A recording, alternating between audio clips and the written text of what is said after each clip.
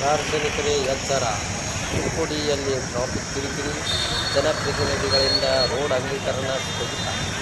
Road ಅಗಲೀಕರಣ ಮಾಡದ ಕಾರಣ ವಾಹನಗಳ ಪರದಾಟ ಸಮಸ್ಯೆಗಳ ಹೆಚ್ಚಾಗುತ್ತಿದೆ.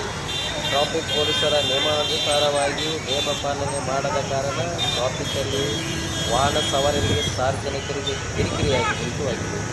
ಹೀಗಾಗಿ ಪೊಲೀಸ್ ಇಲಾಖೆಯ ನಿರ್ಲಕ್ಷ್ಯವು ಟ್ರಾಫಿಕ್ ನಿಯಂತ್ರಣವನ್ನು ಪಾಲನೆ ಮಾಡದೆ ವಾಹನಗಳನ್ನು ಬೇಕಾಬಿಟ್ಟಿ ಬಿಡುವುದರಿಂದ ಇವತ್ತು 1 ಕಿಲೋಮೀಟರ್ವರೆಗೆ 4 ಕಡೆ ವಾಹನಗಳು ನಿಂತಿದ್ದವು.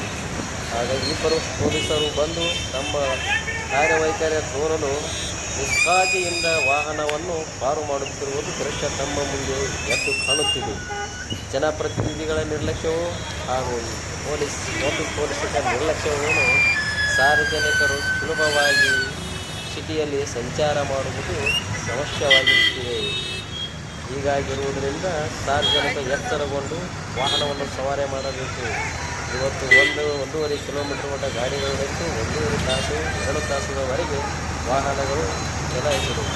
ಸರ್ಕಾರದಿಂದ ಅಂಕ್ಲಿಕೂಟ ದಾಟಿ ವರೆಗೆ ಟ್ರಾಫಿಕ್ ಹಾಗೂ ಇತ್ತು ಶಂಕೇಶ್ವರ ರೋಡದಿಂದ ಆಲಟ್ಟಿವರೆಗೆ ಟ್ರಾಫಿಕ್ ಜಾಮ್.